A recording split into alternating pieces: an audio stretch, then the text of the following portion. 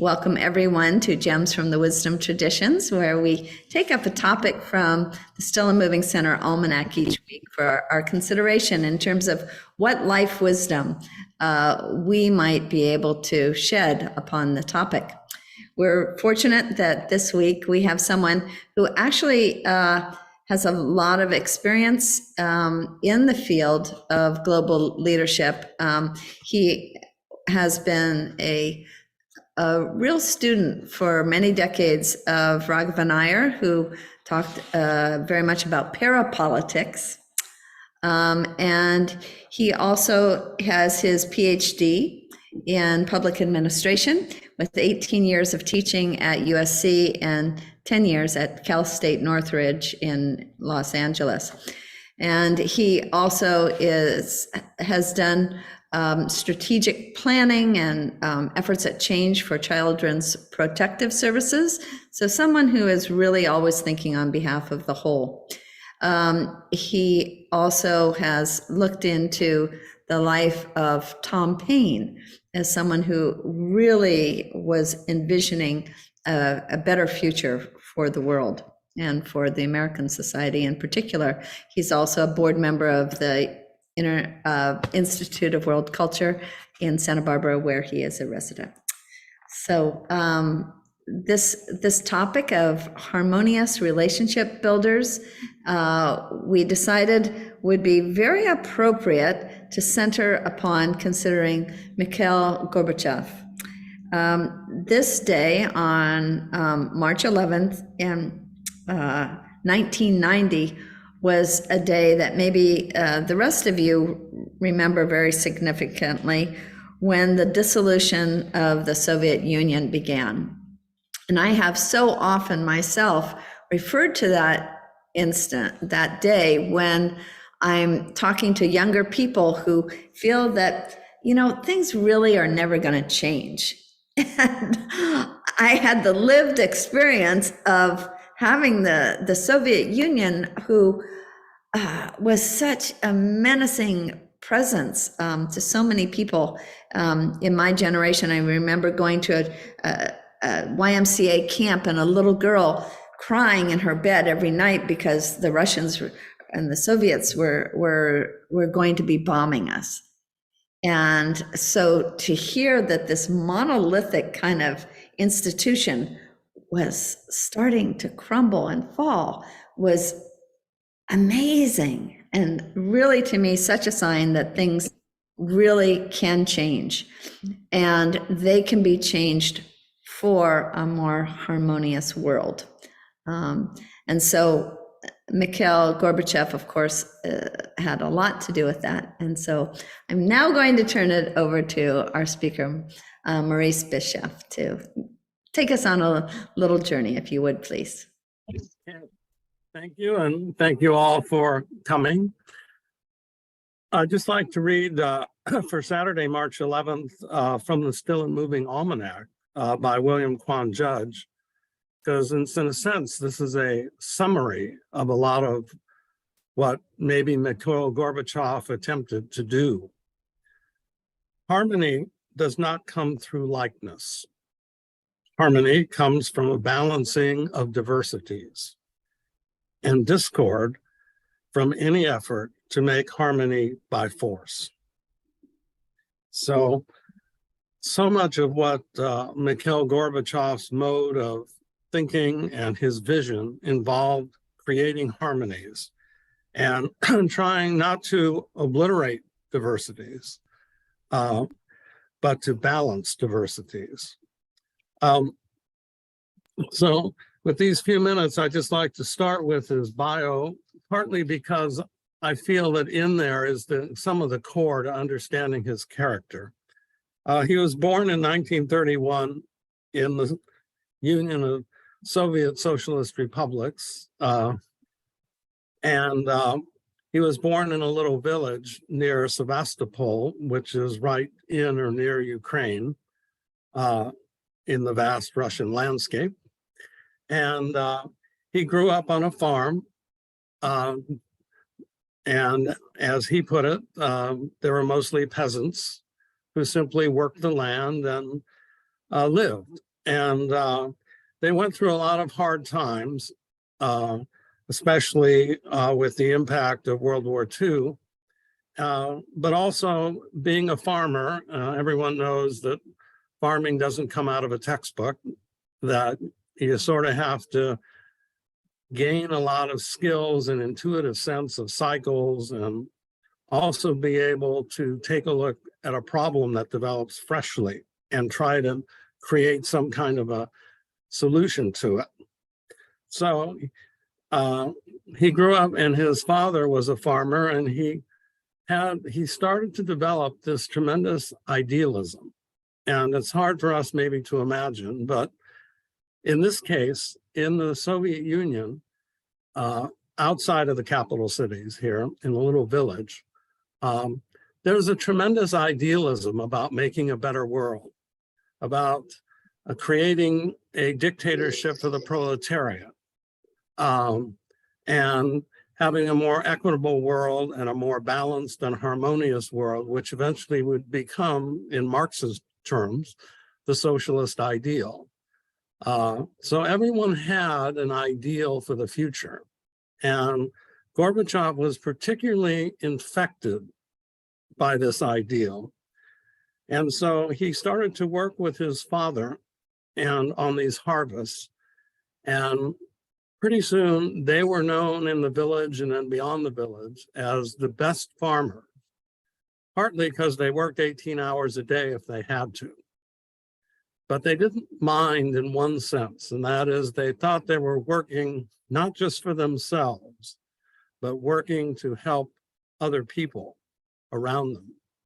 And so they became very, very famous. And it was really at this time that the Gorbachev began, because of this idealism, to start to think about the whole rather than just himself. If you're going to work 18 hours a day every day, I guess there might be a semi-famine or something like that, but you're doing it for your village. And collectivism is a real spirit, a living spirit in the Soviet Union. It's not just a word or an academic thing. You're really, everyone really working together. And that requires kind of a minimal level of selfishness. So you can't simply say, oh, I'm tired today, because then you say, but we still need to get this work done and we still need to help people in the village. Gorbachev's mother, in contrast, was probably like Russian conservatism with a little bit of superstition, shall we say. Not so much problem oriented. And she kind of kept him on the straight and narrow in that sense, so that while he had this mind that started to grow and grow as he grew up, she would always kind of bring him down to earth, or at least let him know that there were norms and authorities and things like that around. So Gorbachev always respected his mother, and this built a certain kind of character, which you might call kind of like the development of a spiritual will, because Gorbachev was fed by this idealism, and because he wasn't selfish that much. Everyone has ambition, of course, everyone has goals, but he was doing it for the more of the whole, more of the common good. So the tremendous energy would come about, and everyone would notice it, by the way. It wasn't just some private inner aspect of him. And the spiritual will guided him throughout, in my opinion, most of his career. So he was known, and pretty soon in Sevastopol, the big city nearby, he was known, and he got many awards for accomplishments, etc., and then was able to go to Moscow State University, where he met his wife, Renée, and where his idealism got tempered a bit. He studied law. It was still, just the first year of the post-Stalin era. but Khrushchev had not yet let on with all the crimes. I think that was 3 or 4 years later. But nonetheless, there were many. Gorbachev met many others who were very idealistic because they were building a new society. They were building a new state, a new socialist state. And with his wife, or soon to be his wife, Renée, whom he met there was a core of very elite people. And when they were able to watch black and white television, and they saw Americans, getting excited about dancing to "You're Nothing But a Hound Dog" music, they wondered and kind of scratched their head about how these crazy Americans here were trying to create this great society. And all these people are doing is just gyrating their hips and making all this crazy music. So they really felt that even bolstered them more, in a sense, that they were really the vanguard of the proletariat, that they were going to really be this vanguard. So Gorbachev worked his way up after the university and after getting married in the Communist Party strata. And he would go out and as the kind of like the president of the Sebastopol, for example, the city, he would go out and he would look at farmers, but unlike so many other officials that were very haughty, he was simply a problem solver. He would go out there and say, what's happening here? What are the facts? What can we do about this? And what can you do about this? And so he didn't care because he was used to farming and used to dealing with all kinds of strata by this time of society. So he was able to become very popular and very productive.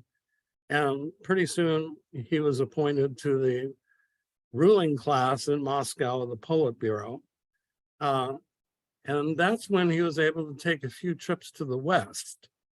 And all of a sudden his eyes got bright because he saw something that he hadn't really realized before, and that is that the West, in many cases, had a spirit of freedom and entrepreneurism, at least, even if it was capitalist. And he could see the deficiencies, but he could also see that there was something going on in the West that was missing in the Soviet Union. And Gorbachev then was always able to sift. He didn't reject anything out of hand. He always tried to sift out the good, but also recognize the limitations, but not get stuck on the limitations, but tried to think through and create something new. And so he realized that as members in the 1980, and I think there were 4 or 5 of them, sort of croaked because they were so old, one leader after another, Gorbachev finally in 1985 became president of the Soviet Union in that Politburo. And he was much younger than most of the Politburo members. And he did then take a couple trips to the West, and his idealism started to focus on national events and humanity. And the one thing he just thought that we had to do away with nuclear weapons, because that'll obliterate everybody and you couldn't have a civilization.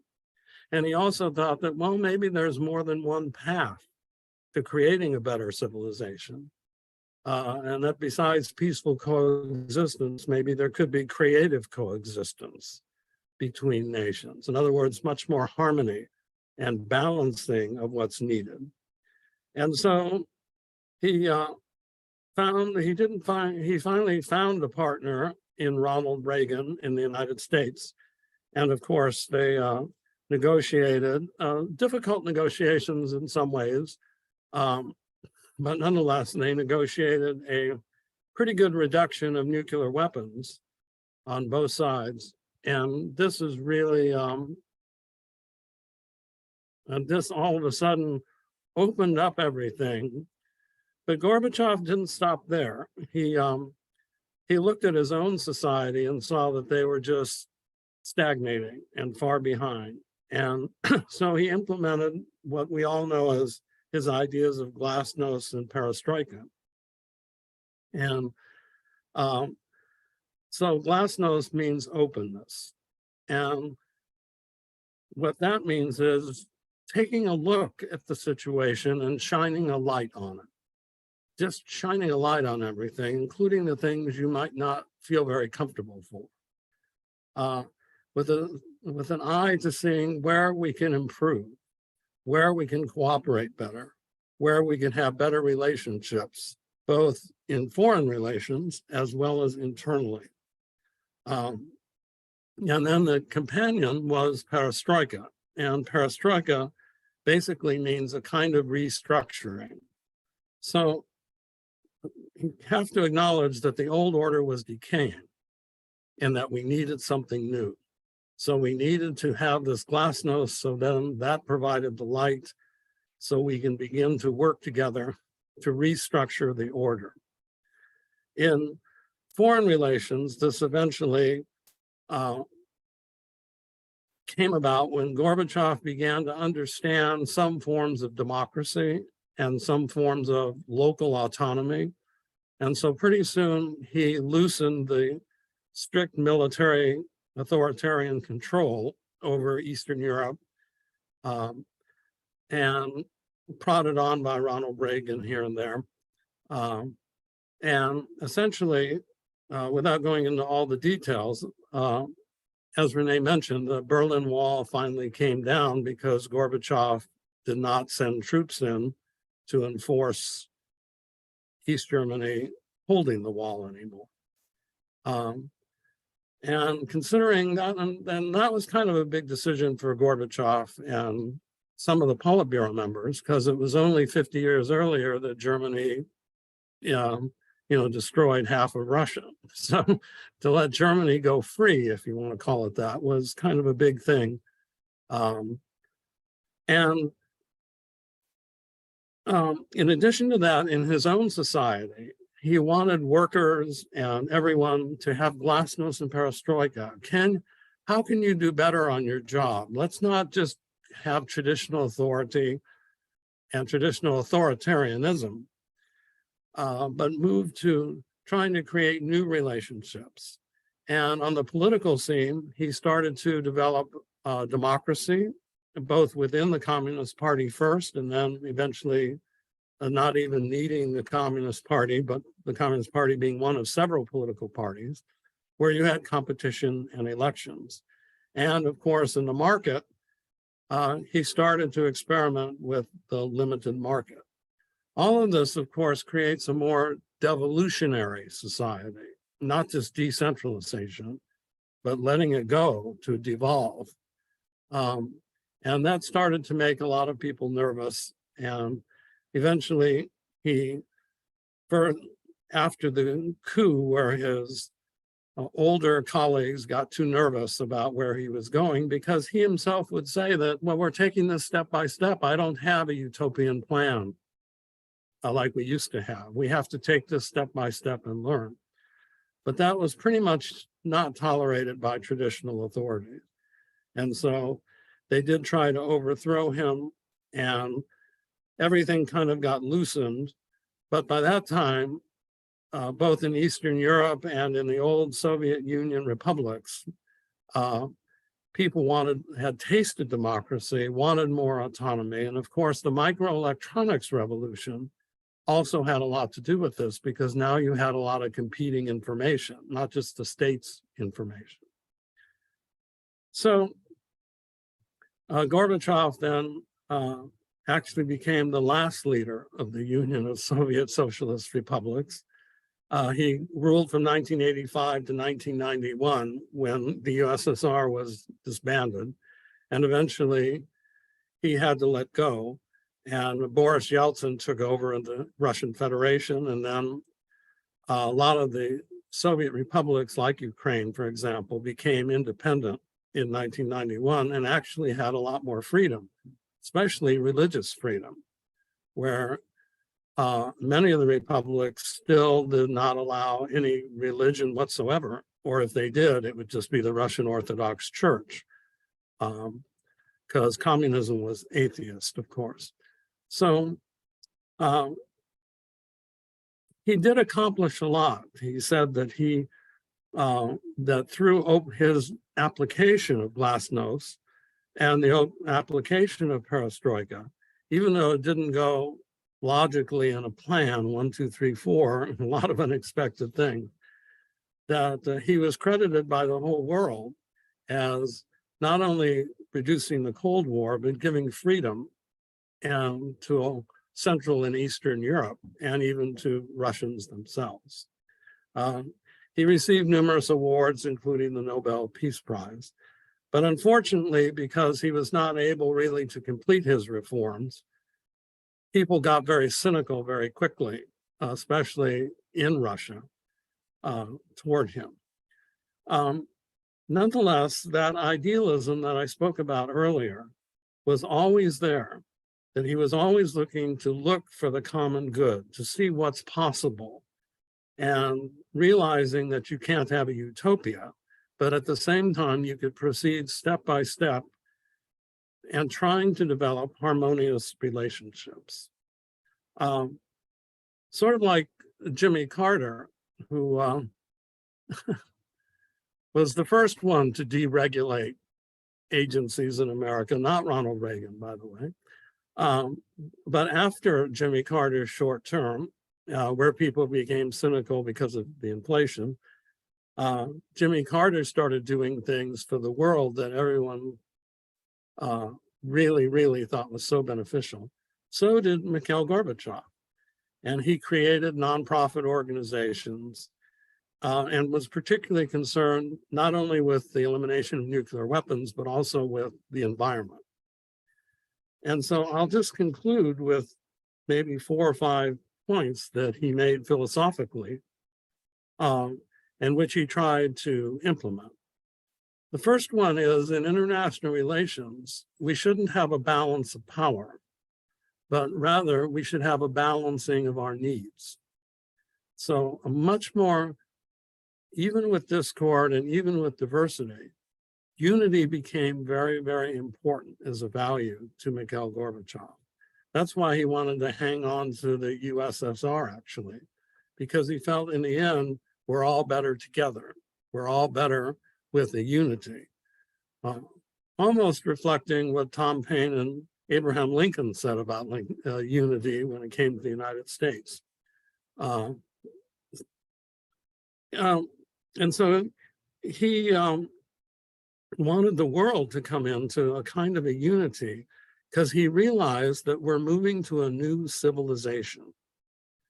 Now, we could throw these words around, but you know, it takes at least 100 years to have a transition to a new civilization. It's a major, major value shift. And so these are some points that he made. Only by renouncing selfishness and attempts to outsmart each other at the expense of others can we further develop our civilization. He was saying that in order to get to this new order, he was essentially saying that we need conscious evolution, and that this would be a revolution of self-awareness, not of guns and not by force. And that a unique feature of this time of transition is that civilization that came into being several centuries before this has now brought us to the point where we realize that humankind has become mortal. The challenge then is to perceive the world's unity, the common destiny and the common responsibility by everyone on earth. And so this is very reflective of the Dalai Lama's emphasis that we're all one human family, and that war is simply out of date, unneeded, and immoral. Gorbachev said that the integration of the whole as an integral whole calls for a change in our value system. But we've heard that one before, right? But then he says, or more precisely, for actualizing the initial values that are inherent in the nature of the human being. as a social and spiritual entity. And in Russia, and I know in Ukraine, people easily speak about the spiritual. There's no, in the West, we kind of separate it out academically and otherwise, but he was very clear that the human being was a spiritual entity and that we've all basically come from a one source, and we have that unity amongst us. And then he also mentioned that democracy must be protected and nurtured. But he never saw democracy the way we see it, as mechanical elections or competing political parties per se. He said it was much more than that. Democracy means moral values, most tolerance, civility, and developing our creative capacity for creative problem solving and integration of differences to bring us to a more higher state and a more collaborative state and less competitive state. And finally, he said, you know, with perestroika, start perestroika with yourself and look and see what it's already done. Glasnost and perestroika has already changed the world, even in 1991. So this kind of global leadership and this kind of guidance and this kind of thinking through and acting on this, not just talking about it. Mikhail Gorbachev was one of the major inspiring figures that we can all still learn from. So we can have our discussion, and there is so much to get into, but I think we can discuss and pick up what you want to pick up on. Yes. Oh, that was such a marvelous review of his life. And as you say, Maurice, just the telling of the story of his life says so much about what he stood for and what he accomplished. And certainly an exemplar of this idea of harmonious relationship builders. So let's open it up to others who may remember that time or have other experiences of harmonious relationship building. And I think that the quote that Maurice read from the almanac, that harmony comes from the balancing of diversities and discord from any effort to make harmony by force. So he wasn't trying to wipe out diversity and make everything homogeneous by any stretch. And yet he was finding ways for these differences to work together harmoniously. So, yeah, Robert. Well, I was struck by not balancing power, but balancing needs. So I wondered how, like US-Russian relationships, do you have any ideas about how we would balance each other's needs? Like, for instance, there was a big talk about if the West hadn't been so aggressive in Ukraine and they had agreed never to make Ukraine part of NATO, then that would have, met a common need. Things like that. What do you think? Gorbachev, and for many of us, every nation, even every person that has human dignity, has something to offer.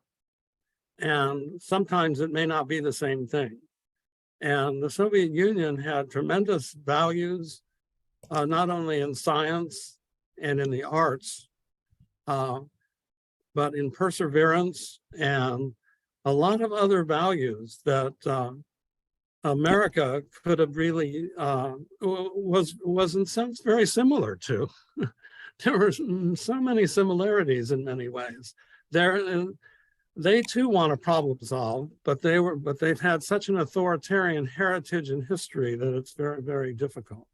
So I think there could have been a balancing of needs, but the problem is there was an imposition of American economics in the Boris Yeltsin period in the 1990s.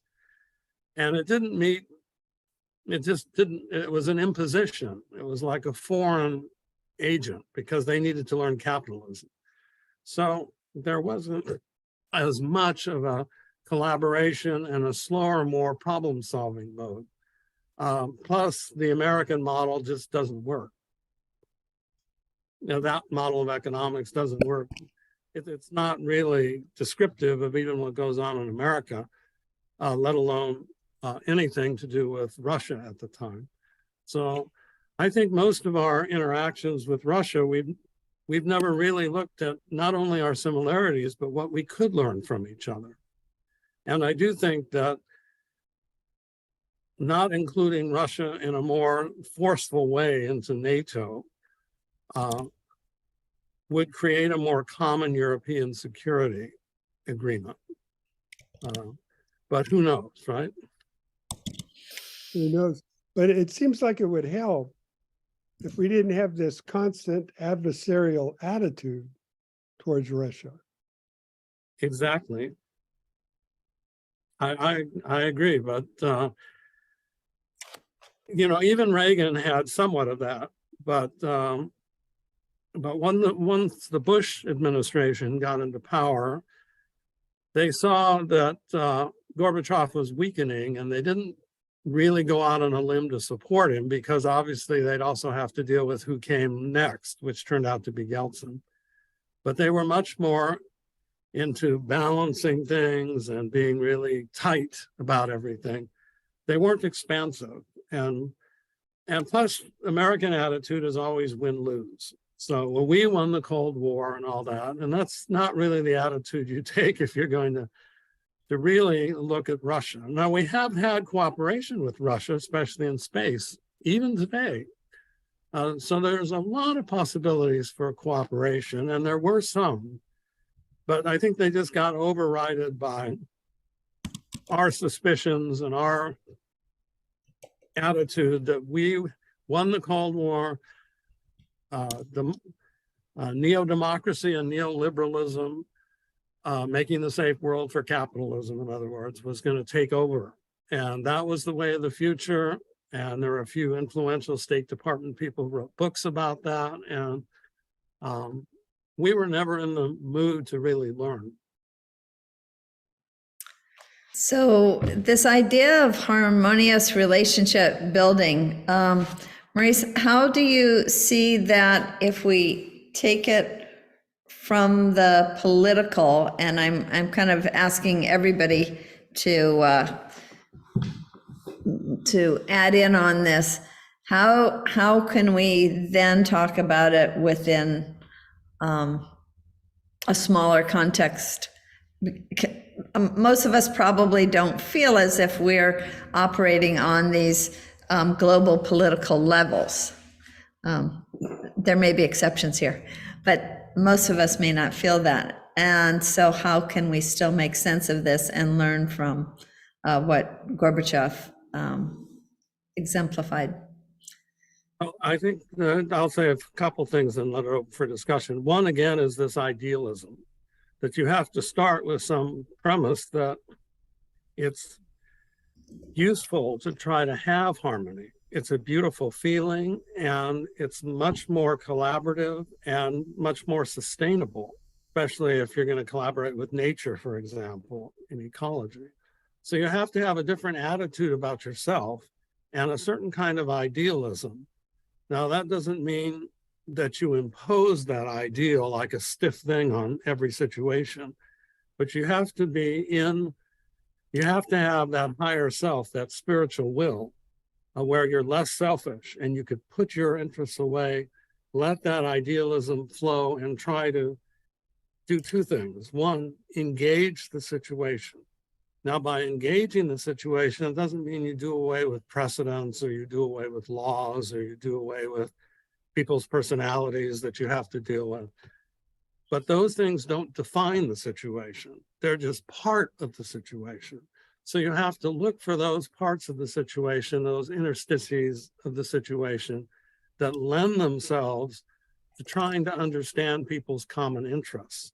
and common needs. And of course, one way to engage is to listen. And if you can, that's the toughest thing, is try to listen to other people without putting one's interest in your head when you're listening to other people. And the second thing is, one should strive, as the great management consultant Mary Parker Follett said, for integration, not compromise. In other words, let's integrate people's ideas either in a greater, more creative whole, or if nothing more, account for them and give them dignity and recognition as we go forward, as opposed to just settling for an immediate compromise. Of course, compromise and conflict is the default position. We understand that. But we can aim for something more. So I think a kind of listening engagement without getting stuck in the past, which certainly Gorbachev involved, and then this notion of trying to integrate and balance different needs. Those would be two steps forward. Yeah. Yeah, beautiful. And I can see how compromise comes in when you're talking about competition. Whereas when you're talking about harmonious relationship, that's beyond competition. And so then we can talk in the realm of integration. Yeah, wonderful. Yeah, Roger. I missed some of your talk, Maurice, but the part I heard was really almost like I was at a peace meeting today, or many other meetings where people talk about exactly the same thing you're talking about. We're all connected to each other. We need to recognize that and go forward. And to have hear that Gorbachev was saying the same thing 50 years ago is pretty fascinating. I think it's definitely where we should be. Whether we can get there or not is another question. And I have heard many times said that one of the reasons we're having so many problems with Russia today is because we didn't help them economically. We didn't give them what we promised Gorbachev we would give them. We just let them go down the tubes economically. If we had done the Marshall Plan for them, like we did for the Japanese and the Germans after World War II, we might be in a better situation for sure. One of the things I think we can do is, especially here in Hawaii, we're doing the same thing with the Chinese. What we don't like about the Chinese is twofold. Number one, they're a communist country. Well, I spent a lot of time in China. They don't even call themselves communists anymore. They say they're socialists with Chinese attributes. And so what that means is they're capitalists where the government works with the industry to have better results. So in China, the government controls the business, and in the United States, the business controls the government. And so you could look at it similarly. I just saw Biden wants to put money into several industries, including green industries, very similar to what they're doing in China. But the truth is, when was the last time you bought anything wasn't made in China? Well, what is it we're arguing about? Unlike the Russians today, we've got so much Chinese goods and so much trade. It does seem like we just want to be number one, and we don't want to work with China because they're an autocratic government, which they are, and a lot of negatives about that. But that's certainly not building a harmonious relationship. And I think in Hawaii, we have an opportunity because we are so Asian focused. We have so many connections with China and Japan and all the other Asian countries. We could take the terms you're talking about, Maurice, and make some overtures that would perhaps open some doors and also just show the way to connect, rather than what that military general said in 2 years. He told his troops we're going to be at war with China. I mean, does he have any idea how horrible that would be? And isn't that like, God, if that's what's going to happen, we got to do something else. We got to do everything we can to avoid it because war is hell. So anyway, I just throw those things out because it's exactly what I've been talking about with so many people lately. So it seems to me it's very precedent today. And secondly, because I think, and we did this with the Japanese too, you know, we caused them to implode economically in part because when they made too much money, like the Chinese, they got too successful. We didn't want them competing with us. So that's a whole nother story. But anyway, the second part was, what could we do, even those of us on this conversation, to collaborate in bringing some harmony to our relationship, if not with Russia, with China. Thank you. Let's see. I think I see Elizabeth's hand and then Nancy's. Thank you so much, Maurice. It makes me very emotional because I lived some of that story. I was blessed to be in Moscow and a little bit more of Russia, Soviet Union, whatever, during Perestroika. And one of the most memorable nights of my life was being in the great poet Yevtushenko's Dasha countryside home, where he asked me to read his poems to him in English. He had just gotten the translations. Anyway, that aside, I also met him and was on a podium with him in Japan later. And he was a great man. And it was such a time of hope in the world that, you know, it reminds me of what it was like then when you actually could believe in harmonious relationships around the planet. And Renee, you're right that we can't manage the big powers. And Roger, you're right that there are some things we can do toward creating some kind of harmonies. But basically, we have to work locally. We have to recognize that the big powers are unsustainable in their empire building, and they're continuing warring to see who's got the biggest empire. And it is imploding on its own. And we have to build the future of harmonious relationships from wherever we are. And while I am a big picture thinker who, you know, follows the global patterns and what can you do?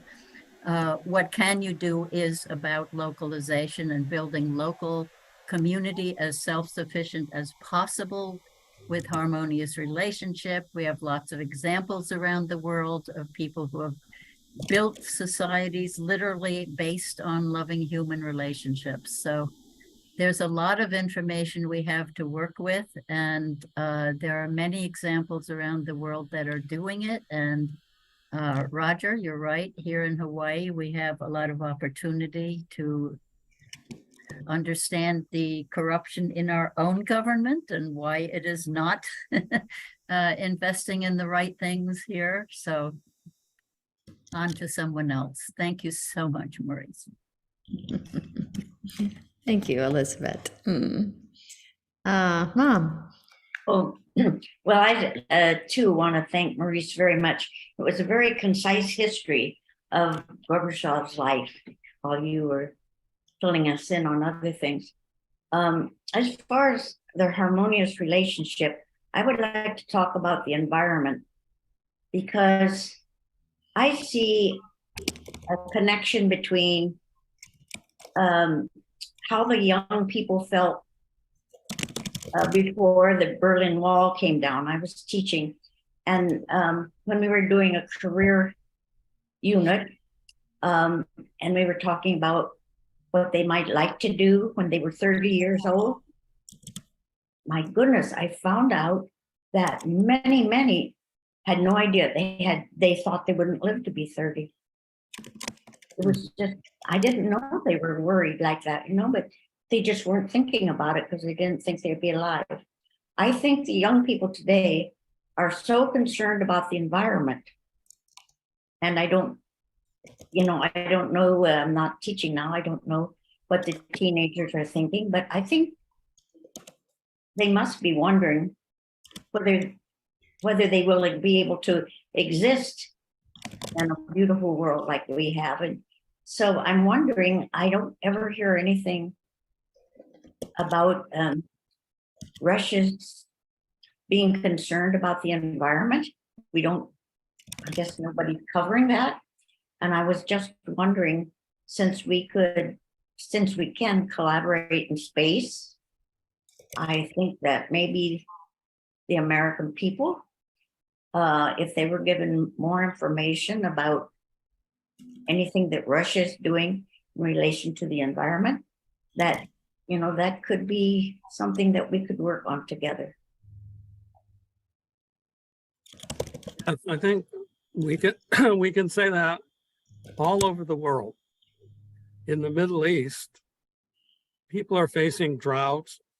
That's why a lot of refugees come from the Middle East, actually.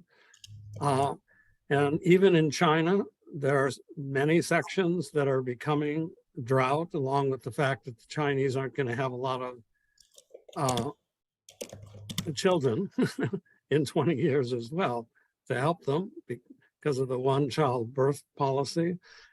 China has been very active in a certain way with the environment. So I do think all over the world, as you point out, Nancy, we need to learn more about what's needed and then work cooperatively across boundaries, across national boundaries, across technological boundaries, and with the motive that we're all one human family. And that's where young people, many young people seem to understand that a lot more than we do. And with electronic communications and stuff, I think that even in a country like Iran, for example, they have environmental problems, some of which we've created with our sanctions, but others, they happen naturally. So everyone on the earth seemingly has an environmental problem. And of course, sub-Saharan Africa is very explicit about that, even South Africa. So we just need to generate some multinational initiatives. Maybe the United Nations has been trying this through the UN or through nonprofits, but we're all global citizens. And I think what you said, Nancy, is very important. I think the bottom line of common interests, common survival, is the environment. Beautiful. Thank you so much. David. Hey, everybody. Just want to mention 7:55 p.m. tomorrow night, the Russians, the US, and the Chinese will be flying overhead in this International Space Station, virtually straight over Hawaii. So we'll have a little sample of that. But while you were talking, and great report. Thank you so much, Maurice, as always. It was reminding me, I was getting this image of Carl Rogers, who also grew up on a farm. And I'm thinking about the sort of mindset that is developed when you work in nature naturally leads you to just be aware of balance, because you can't farm. Nothing will grow if you don't strike that natural balance. So I'm thinking that maybe we need to initiate some policies that you can't be in government unless you've worked on a farm, for a significant amount of time. But then to go really far out there, I think as soon as we discover what the genetic code is for unity thinking, is we need to screen all of the candidates and screen the codes that are, yeah. I'll leave that to Elizabeth. That's my son. Thank you. Thank you for the light touch, David. Mary, I see you smiling. Do you have something you want to share with us about harmonious relationship building from your own life experience? You got to start with your family. It has to be in your family. And everybody has had rocky relationships. And you have to decide what's most important. And it's not all going to work out the way we hope but we just have to keep working at it. And so I'm reminded of some saying way back when is start with the family, and with the family you spread out to the neighborhood, and with the neighborhood you spread out to the town, and then the city, and then the state, and on and on. So I am I want to have harmony in my family. Amen. Amen. Now, let me ask you a tough question, though, Mary, because if we could deal with this at the family level, maybe we'd have better luck at the international level. What about when you have somebody in a family that just doesn't seem to be willing to work with everybody else? Everybody's got these people in their families, right? What do we do? How do you build harmonious relationships with somebody who doesn't want to build any relationship at all? I don't have any concrete experience, to be honest with you. I know that number one is love, and mercy is the foundation of love. And while we may have those people that just drive us crazy, they won't listen, I hope, and I would try to at least let them understand that even though we don't agree, I still love you. And it's not easy, honestly, it's not, but you know, love is the basis. And not everybody can do that. Thank you so much. Great reminder. I'm going to call on Cliff because he has a question and hasn't had a chance to raise it. And then Roger, either after we close or if we have time. Well, I was wondering about this idea of balancing diversity. Like for me, I don't get it, what the problem with diversity is. I think diversity should be a cause for enjoyment and celebration in humanity. You know, all these different people of all these different types and stuff. It just seems like it should be something that we should be so happy about. But I was wondering if maybe it comes from, if this group gets something, then there's going to be less for this group kind of thing. And we tend to maybe see the world more as a world of scarcity rather than plenty. And therefore we kind of become more selfish and possessive. But I was wondering, Maurice, if like farmers in particular are able to see that ability for there to be a world of plenty because they grow stuff. Whereas a lot of people don't understand that we have that ability, you know, and that we can share, you know, everybody can come to the banquet table. It just seems so basic, you know, and then if we could see that this idea of diversity being such a wonderful thing, then I think it'd be fairly easy to balance it, you know, and make it all kind of work in terms of this integration that you're talking about.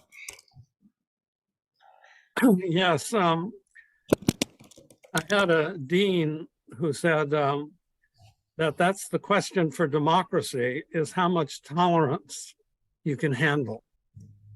So there's no question, we don't want to idealize any particular group, but certainly farmers, because they have hardship and uncertainty, and they need their neighbors and appreciate their neighbors when it comes to harvest or this or that, or helping out.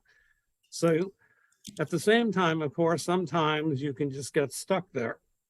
I mean, it's great to have that, but then the question is, how do you broaden your circumference of thought, will, and feeling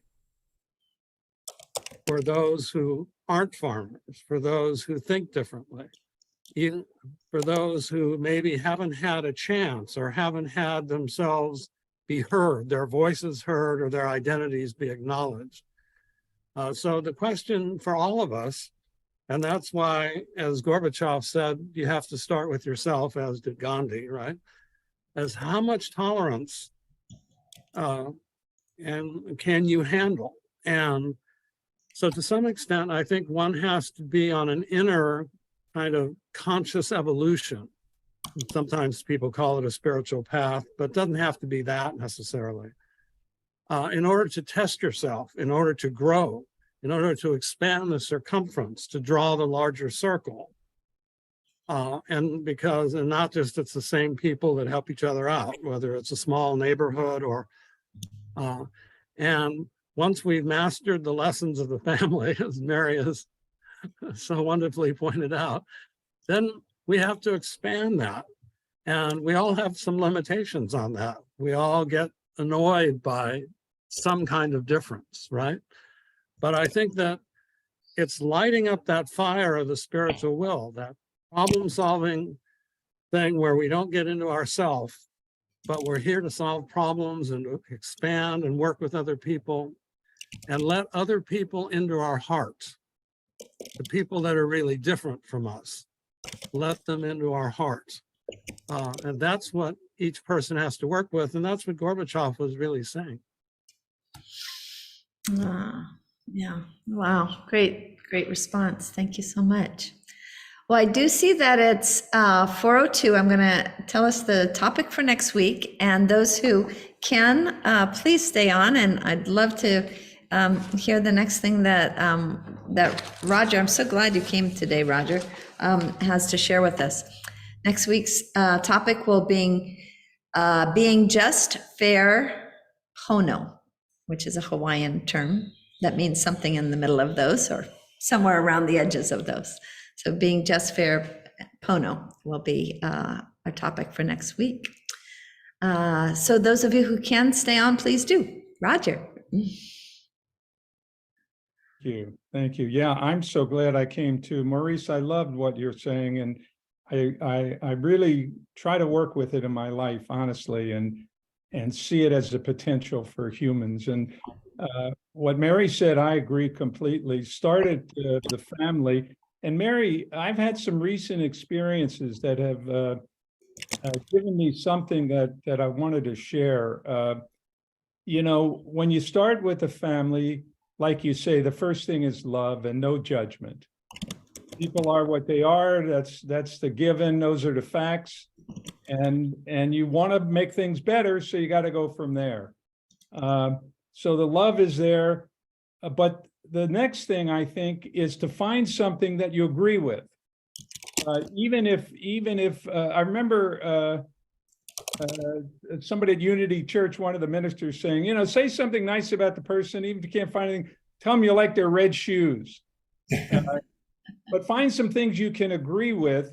And then an interesting thing, if this can happen, find something that's going on, a problem to solve or something difficult for one of the persons that everyone can get into. And the thing that hit me, I was at, I've been spending time with some people, a woman whose husband was sick for a long time and just died. And she wasn't getting along with the husband's sister or her own sisters, but they all came together as the husband was dying. And I'm not saying everybody can do that or don't go kill your husband, but something that's an emergency, something that's difficult really helps. One last thing, I was at the synagogue not too long ago, and there was an Arab speaking there who said, look, I'm a 10th generation Palestinian or Israeli. I live in Israel. I'm a minority group, but I'm an Israeli.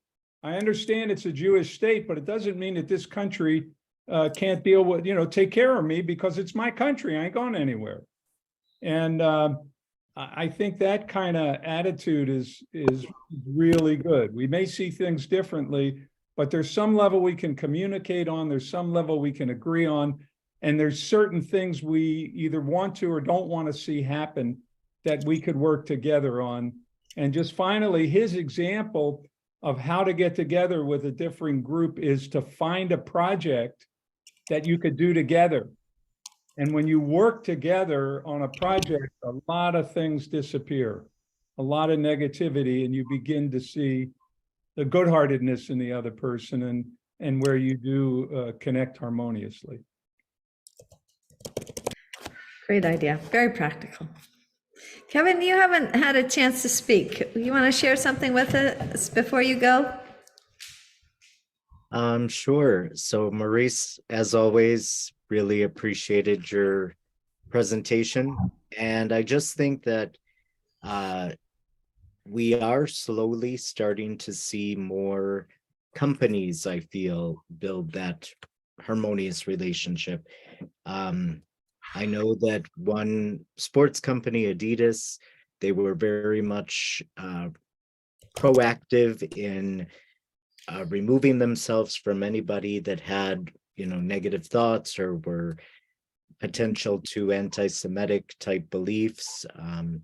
And I think more and more, even I just read about this company, but they help with youth for after-school fitness programs in underperforming and underprivileged locations. So I do think that we are seeing a slight uptick in the mainstream type people showing this sort of harmonious relationship. And I'm hoping that the clientele, like myself, pick up on that and see that in the end, it's so much more hassle-free if we work together rather than always trying to find some sort of way to battle against one another. Yeah, thank you. Elizabeth, would you like to give a vote of thanks to Maurice before we completely disband? Certainly give a great vote of thanks to Maurice for today. It's one of the most wonderful meetings we've had, I think, and it's allowed us to think deeply. And so great appreciation for your work on an international level and locally, I'm sure. I was thinking about this question of diversity and nature that Mary raised and the family thing. I used to teach workshops on worldviews on the grounds that people all act from their worldviews.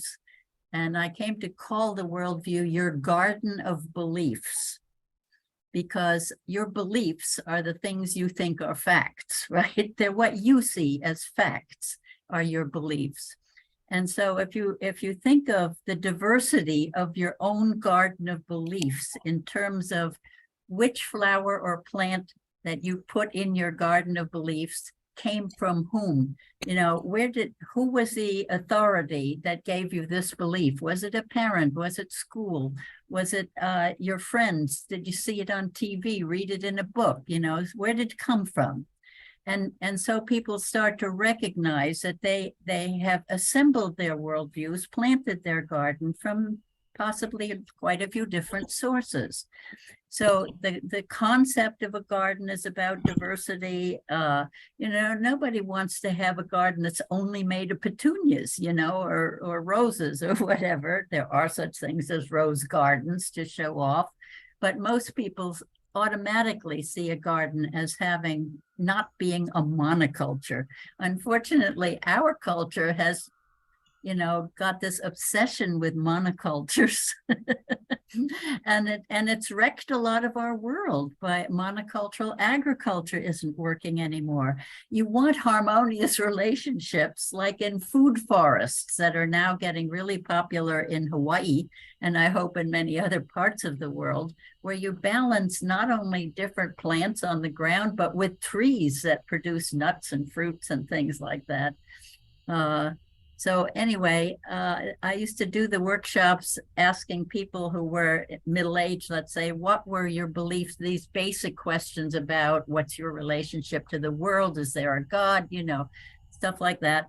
And say, what was your garden of beliefs like when you were 10 years old? And then at 20 years old, and then at 30 years old, and to show that you do evolve. You don't keep them all. You weed some out and you plant some new and you rearrange the relations among them and things like that. So if that's helpful at all, everybody has a garden of beliefs. It's your story of how the world works. It is already diverse, and maybe that can help with some tolerance. I spend almost every day for an hour or two with someone whose political beliefs are opposite end of the spectrum from mine, but we find our commonalities in talking about nature, in protecting birds, that are being harmed by trees cutting down, and to talk about our future, because most people want a harmonious relationship future.